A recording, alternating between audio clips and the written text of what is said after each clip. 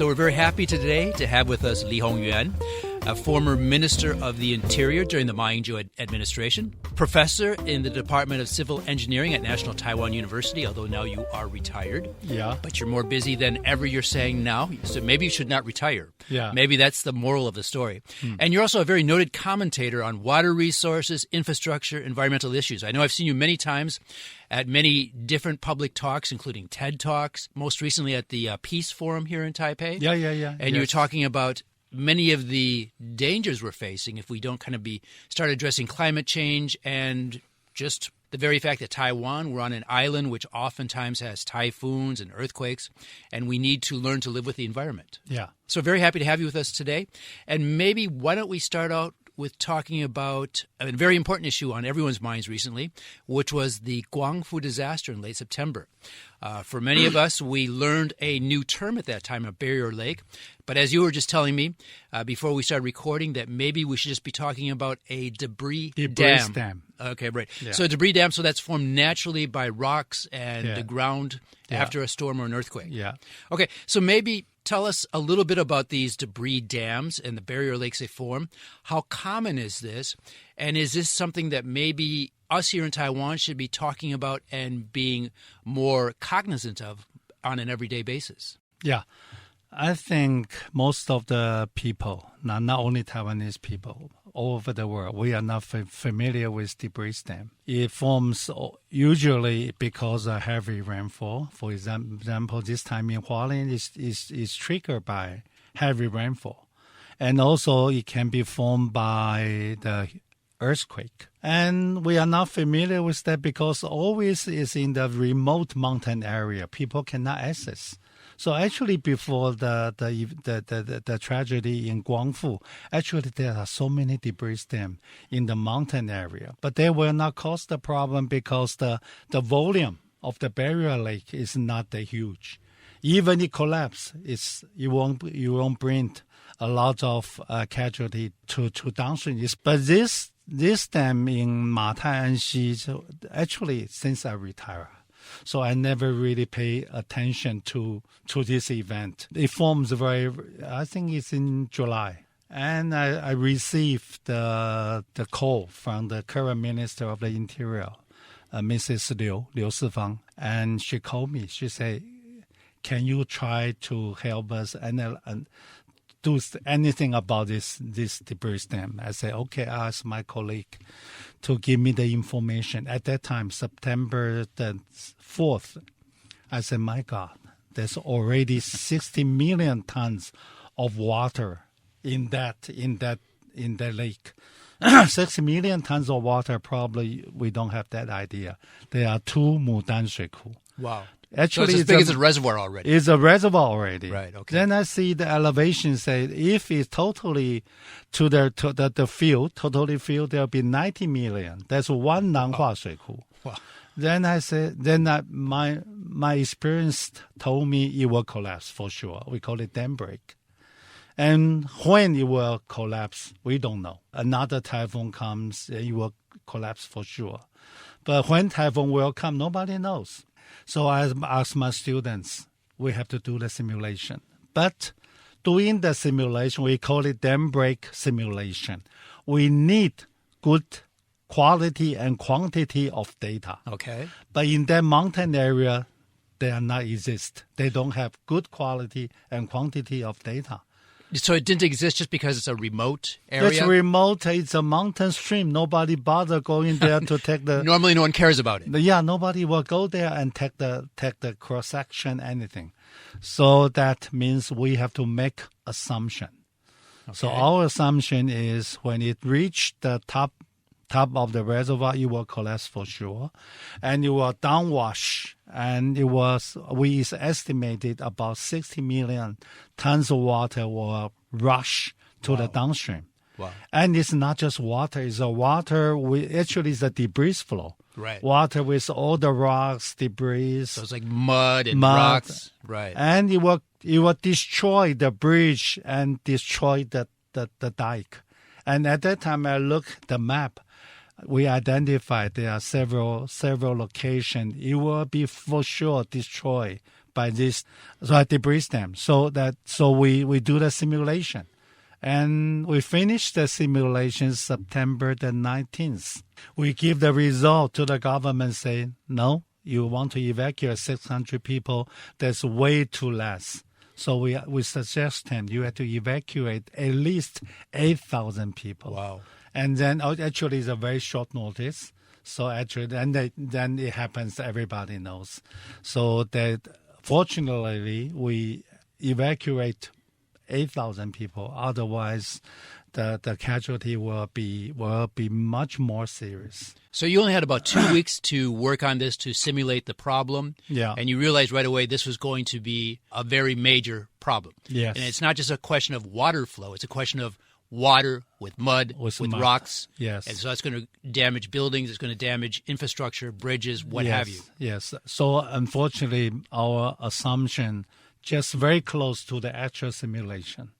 And I was luckily enough, we evacuate 8,000 people more. But the whole town is buried by the debris, by the mud.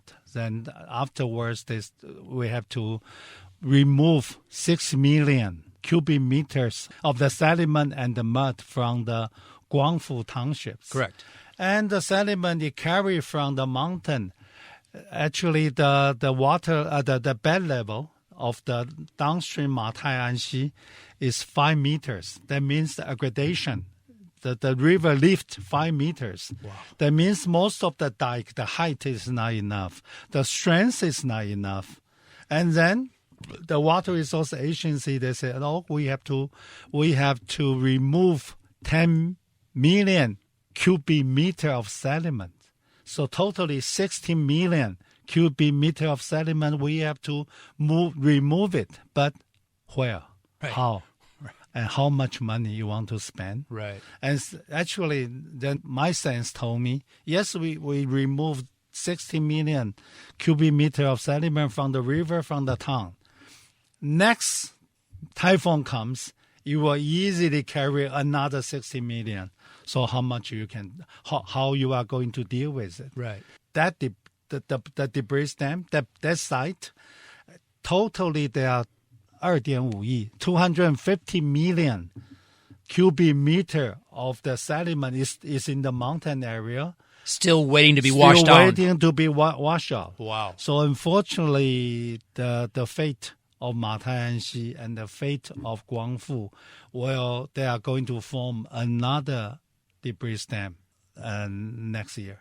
So we'll keep repeating for next maybe decades. So you're saying due to the geology of the area and where this happened, it's just going to keep repeating? It keep repeating at least for maybe 10 years. And there's no way to resolve that? There's no way to resolve it. Everybody say, okay, you should go there to remove it, to make a canal, to let the water flow, or even to explode it. Right. That was the original suggestion. Correct. Why not? Because it's a very young lake. Okay. We only have 2 months to react. Actually, for its explosion, I'm talking about is a small mountain. So how much TNT Correct. you want to use it? We never test. And what if during the explosion we triggers more landslides? Then how we are going to deal with it? And also, okay, if it exploded, then we trigger the dam break, and the downstream is not even prepared. So actually, it's a dilemma. Now, it's not because we don't want to do it, simply because its engineering is very difficult. It's a very difficult task. And the heavy machinery is almost impossible. You can have a heavy machinery fly to that area. Right, because it's too remote. There's no roadways there. No roadway, nothing. How did this debris dam originally form? Formed because there was an earthquake. Okay. Last year or 2 years ago. And that earthquake triggers, that means that the potential site is already there. And this heavy rain in July, so make all the sediment just wash downstream.